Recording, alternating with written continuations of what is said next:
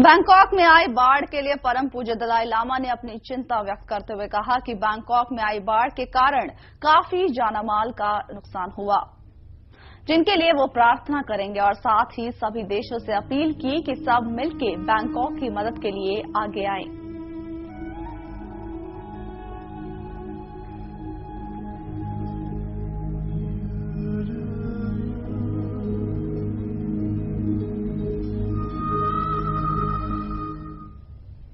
तिब्बत में 6 साल की सजा काट रहे फिल्म मेकर धोंडुप वांगचन के सहयोगी लाटन को 1 नवंबर को चीनी सरकार ने गिरफ्तार कर लिया है।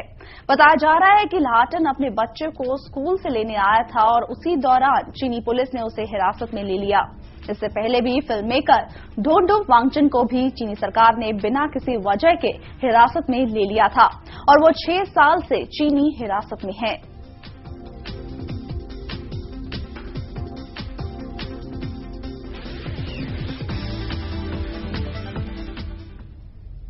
चीन के प्रधानमंत्री वेन जियाबाओ अगले महीने नेपाल की यात्रा करेंगे। इसके साथ ही भारतीय प्रधानमंत्री मनमोहन सिंह ने भी नेपाल यात्रा पर जाने की बात कही है। इसी के साथ ही नेपाल के डेप्यूटी प्राइम मिनिस्टर और विदेश मंत्री नारायण काजी श्रेष्ठा भी चीन की यात्रा पर जाने वाले हैं। आपको बता दें कि विदेश मंत्री की ये यात्रा नेपाल और चीन के रिश्ते को बेहतर बनाने के साथ साथ हाइड्रो पावर प्रोजेक्ट्स पर भी चर्चा की जाएगी। साथ ही नेपाल में रह रहे तिब्बतियों पर भी चर्चा की जाएगी।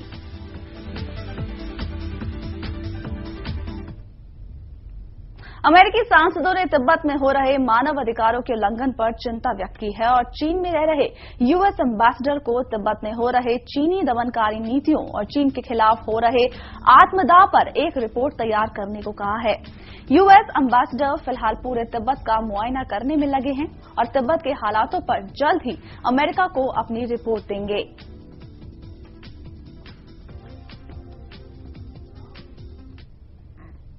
बौद्ध भिक्षु कीर्ति रिनपोचे का कहना है कि चीन तिब्बत के मठों में तोड़फोड़ कर रहे हैं और आघोषित मार्शल लॉ के तहत वहां पर सैन्य कार्यवाही कर रहे हैं जो तिब्बती धर्म के खिलाफ है।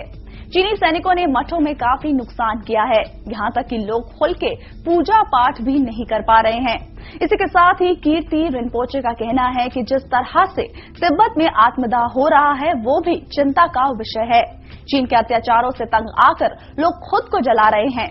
ऐसे में चीनी सरकार अभी तक खामोश बैठी है।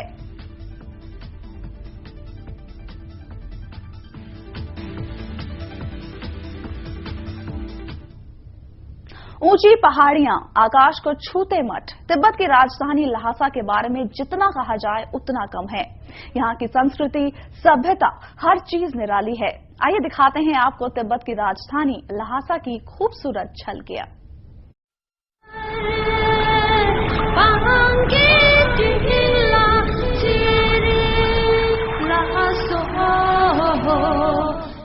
हिमालय की खूबसूरत वादियां, सुरमई बादलों की चादर और उस पर जहां तहां बने सफेद बादलों के पहाड़ तिब्बत की खूबसूरती को बयां करने के लिए काफी है।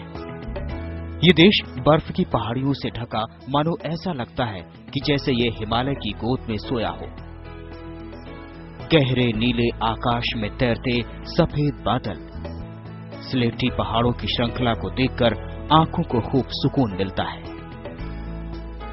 चारों ओर धार्मिक मठ के साथ साथ बौद्ध भिक्षुओं की वेशभूषा यहाँ की कला और संस्कृति तिब्बत की पहचान है। यहाँ के लोगों का धर्म बौद्ध है, जिस पर चीनी गणराज्य का शासन है, लेकिन तिब्बती मानते हैं कि वो एक अलग राष्ट्र है। ल्हासा तिब्बत की राजधानी, जिसका इतिहास 1300 साल पुराना है। ल्हासा न सिर्फ तिब्बत की राजधानी है, बल्कि देश की राजनीतिक, आर्थिक, धार्मिक सभ्यता का केंद्र बिंदु भी है। यहाँ आपको कई हैरत अंगेज नजारे देखने को मिलेंगे, जिसे देखना वाकई दिलचस्प होगा। पर्यटन के लिहाज से ल्हासा आना मानो खूबसूरत नजारों से अपने आप को सराबोर करना होगा। पोटाला पैलेस एक ऐसी जगह जहां तिब्बत धर्मगुरु दलाई लामा रहा करते हैं। इसकी तारीफ में वैसे जितना कहा जाए उतना कम है। ये विश्व में सबसे ऊंची पहाड़ी पर बना महल है। तिब्बत के इतिहास में पोटाला पहले से खास मुकाम रखता है।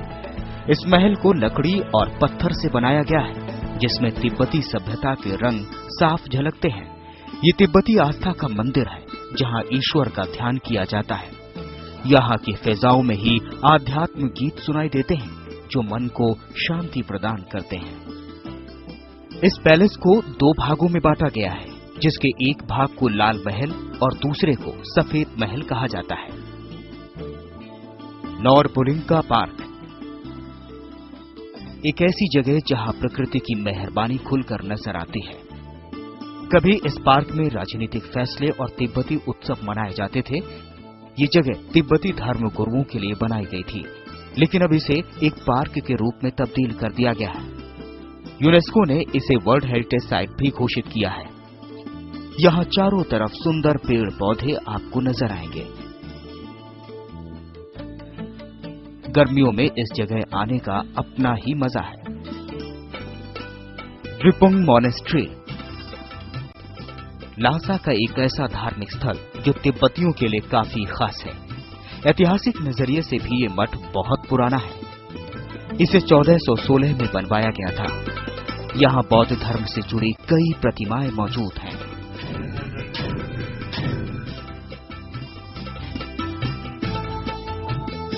पहाड़ों के बीचों बीच बने इस मठ में आना मानो अलौकिक दुनिया की सैर करना है। सेरा मॉनेस्ट्री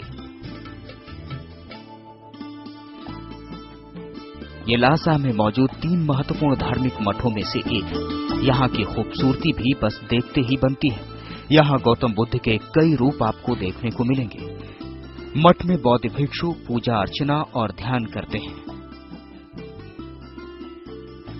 जोखांग टेम्पल ये लासा के मध्य में बना हुआ है। अद्भुत, विशाल, खूबसूरत, इसकी तारीफ में आप इन सभी लफ्जों को इस्तेमाल कर सकते हैं। यहाँ चारों तरफ सिर्फ ईश्वर की आराधना का माहौल रहता है। यूनेस्को ने इसे 2000 में वर्ल्ड हेरिटेज साइट घोषित किया।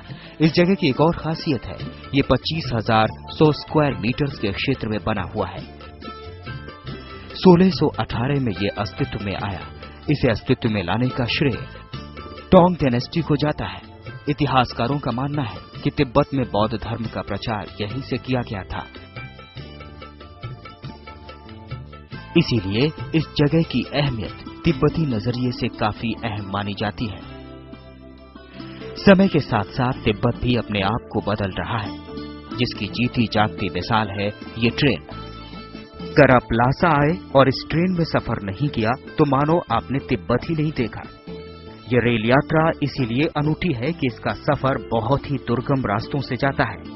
ये सफर करीब 48 घंटे का है, जिसमें बीजिंग से स्वायत्त क्षेत्र तिब्बत की राजधानी लासा तक आप सफर कर सकते हैं।